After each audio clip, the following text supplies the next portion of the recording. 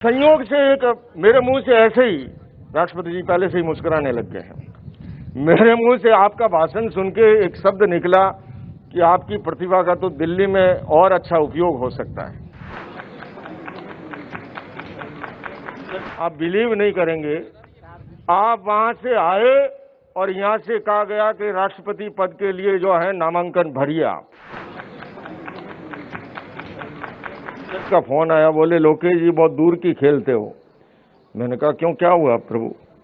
बोले पता नहीं आपको? मैंने कहा मैं तो फ्लाइट में था, 15 घंटे की फ्लाइट थी मेरी अमेरिका की। बोले रामनाथ कोविंद जी को राष्ट्रपति का नामांकन भरने के लिए अनाउंसमेंट हो गया। अभी हमारे बीच में भारत के 14वें राष्ट्रपति, सादा जीवन और उच्च विचार के प्रतीक पुरुष, विद्वता और विनम्रता की पराकाष्ठा जिनमें मौजूद है, एक ऐसा विराट व्यक्तित्व जिन्होंने केवल भारत को भारत में ही नहीं विश्व स्तर पर गौरवान्वित किया है, ऐसा व्यक्तित्व आज हमारे बीच में भारत के पहले विश्व शांति केंद्र के उद्घाटन के अवसर पर उपस्थित हुए हैं। हम माननीय श्री रामनाथ कोविंद जी का स्वागत कर रहे हैं। इनका अहिंसा विश्व भारती के साथ एक अद्भुत प्यार है। जब मौका मिल ही गया है, ऑफिशियल प्रोग्राम शुरू हो उससे पूर्व मैं एक वाक्य आपको बताता हूं। व्यक्तिगत मेरा परिचय आपसे नहीं था तब तक, और मेरे कार्यक्रम बंबई में मातुश्री बिरला सभागार में होने जा रहा था। मैंने थावरचंद जी गहलोत से निवेदन किया कि उस कार्यक्रम में अगर आप उपस्थित रहें, क्योंकि तो उन्होंने कहा, उन्होंने कोशिश भी की किंतु वो समावेश नहीं हो पाया। उन्होंने कहा मेरे बहुत ही परम मित्र और बिहार के माननीय राज्यपाल श्री है और वो बहुत ही बढ़िया बोलते हैं, बहुत ही विद्वान व्यक्ति है और उनका जीवन भी उतना अच्छा है, आप उन्हें आमंत्रित कीजिए। उन्होंने ही फोन लगाया। मात्र 3 दिन के बाद कार्यक्रम था और कभी भी राज्यपाल श्री का ऐसा आना होता नहीं है। आपने उस दिन जिस तरह से आप पधारे मातुश्री बिरला सभागार में बिहार के राज्यपाल श्री के रूप में, और संयोग से एक मेरे मुंह से ऐसे ही राष्ट्रपति जी पहले से ही मुस्कुराने लग गए हैं। मेरे मुंह से आपका भाषण सुन के एक शब्द निकला कि आपकी प्रतिभा का तो दिल्ली में और अच्छा उपयोग हो सकता है। आपने कहा जो प्रभु कृपा होगी। आप बिलीव नहीं करेंगे, आप वहां से आए और यहां से कहा गया कि राष्ट्रपति पद के लिए जो है नामांकन भरिए आप। और मैं आगे की घटना बता रहा हूं माननीय राज्यपाल श्री आपको। उस कार्यक्रम में भाई श्री रमेश भाई ओझा जी वहां पर थे। उस कार्यक्रम में हमारे अकाल तख्त के हेड थे, हमारे पूना से दादा वासवानी जी थे, जेपी वासवानी जी, और हमारे चीफ ऑफ इमाम इंडिया थे वहां पर। मेरी अगले दिन अमेरिका की यात्रा थी, मैं पहुंच गया न्यू जर्सी। रमेश भाई ओझा जी का फोन आया, बोले लोकेश जी बहुत दूर की खेलते हो। मैंने कहा क्यों, क्या हुआ प्रभु? बोले पता नहीं आपको? मैंने कहा मैं तो फ्लाइट में था, 15 घंटे की फ्लाइट थी मेरी अमेरिका की। बोले रामनाथ कोविंद जी को राष्ट्रपति का नामांकन भरने के लिए अनाउंसमेंट हो गया।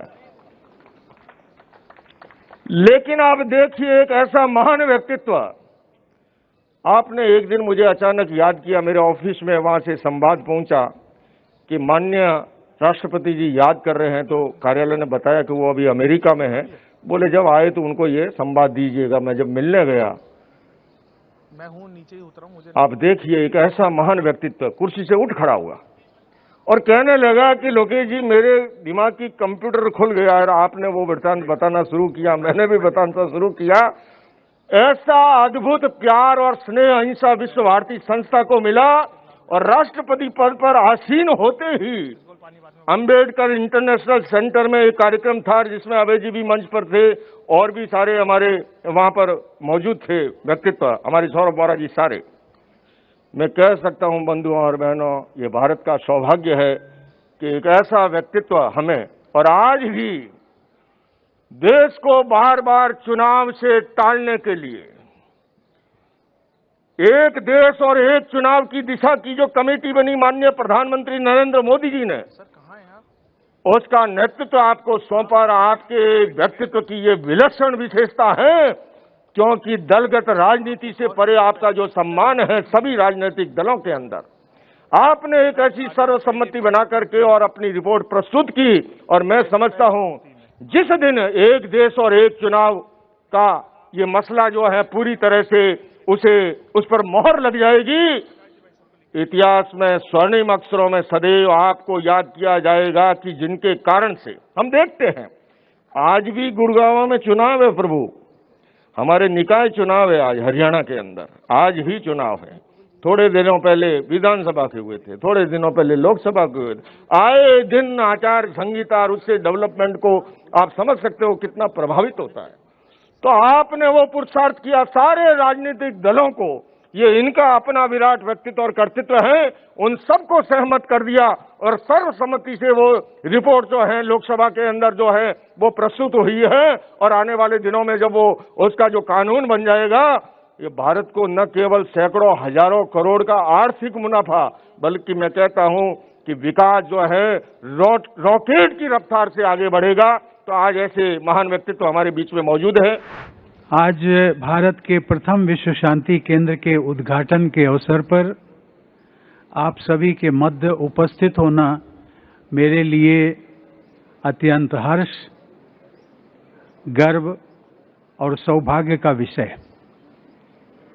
जब आचार्य लोकेश जी ने मुझे विश्व शांति केंद्र के उद्घाटन का निमंत्रण दिया था, तब मेरा हृदय प्रसन्नता और आशा से भर गया था।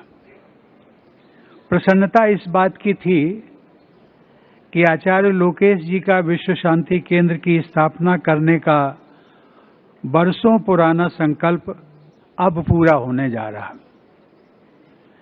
मुझे आज भी याद है, वर्ष 2017 में जब मैं राष्ट्रपति भवन पहुंचा और पहली बार आचार्य जी मिले, तो मैंने उनके भावी कार्यक्रमों की संरचना के बारे में पूछा, तो उन्होंने प्राथमिकता के आधार पर इस विश्व शांति केंद्र की स्थापना की बात कही थी।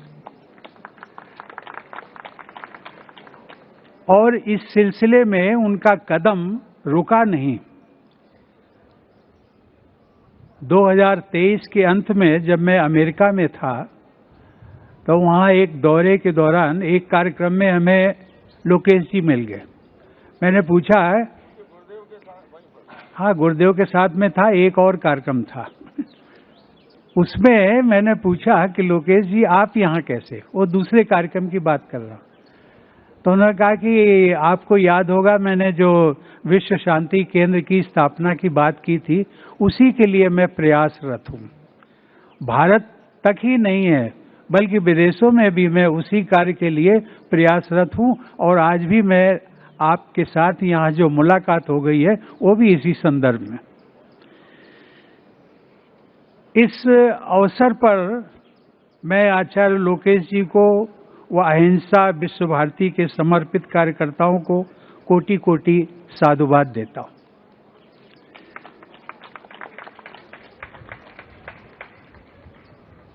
देवी और सज्जनों, वर्तमान वैश्विक परिदृश्य में जहां युद्ध, आतंकवाद, जलवायु परिवर्तन और सामाजिक असमानताएं बढ़ रही हैं, ऐसे में शांति को बढ़ावा देना न केवल नैतिक आवश्यकता है बल्कि ये सतत विकास, मानवता की भलाई और वैश्विक स्थिरता के लिए अनिवार्य भी है।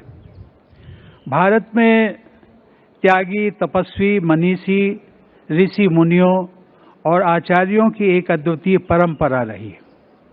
भारतीय संस्कृति ने भौतिकता और आध्यात्मिकता में से हमेशा आध्यात्मिकता को ही प्रधानता दी। आज के युग में जब भौतिकवाद अपने चरम पर है और उससे उत्पन्न समस्याओं से पूरी दुनिया जूझ रही है, ऐसे में भी भारत ही आध्यात्मिक चेतना व नैतिक मूल्यों को विश्व भर में पुनः स्थापित करने के कार्यों का केंद्र बना हुआ। विश्व शांति केंद्र इसी कार्य को और गति देने की दिशा में एक महत्वपूर्ण प्रयास है।